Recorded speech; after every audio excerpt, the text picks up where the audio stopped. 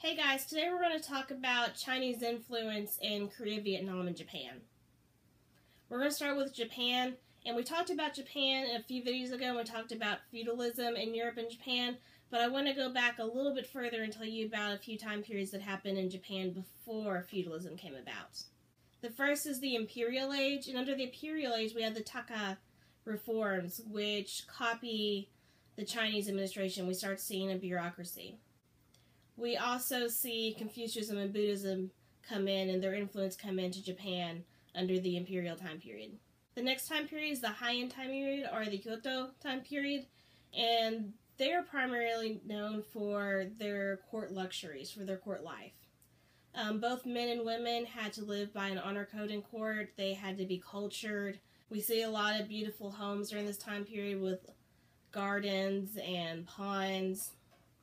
And we know a lot of this from the tale of Genji, which is probably written by a woman, and it is a piece of literature that illustrates the court life in the Heian period.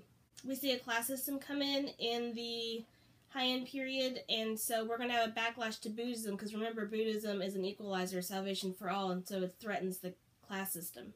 The Heian period is going to decline because they are too worried about their own luxuries and not about running the government. Something we've seen before. The next time period is feudalism in Japan, and we see this with the Tokugawa Shogunate. Remember, we have the shogun, so shogunate is ruling family of shoguns, which have all the power, and the emperor is more of a figurehead. They're going to institute a Bafuku, or a military-based government. And I'm not going to go into details about this because I did a whole other video on feudalism, so you can go back and watch that one. Okay, let's move on to Vietnam and how China is going to influence Vietnam. We're going to see Confucianism come in and the veneration of the ancestors, much like we have in China. And remember, veneration of the ancestors is kind of like praying to saints, that you pray to the ancestors and the ancestors go on your behalf to plead for you in the heavens. We're going to see the Chinese irrigation system copied in Vietnam. Remember, the Vietnamese are conquered by the Tang Dynasty, and they have to pay tribute to the Tang Dynasty, and they actually gain their independence when the Tang Dynasty falls.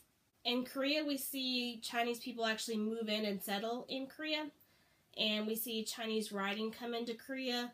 Buddhism is going to come into Korea. The civil service exam is going to come into Korea. Korea, like Vietnam, is going to have to pay tribute to China. And they are not going to gain their independence when the Tang Dynasty falls. They are actually going to be conquered by the Mongols, much like the Chinese are. That's all I have for you in this video. A short video after the longer video I had about the Tang and Song dynasties. You're welcome, and I'll see you next time.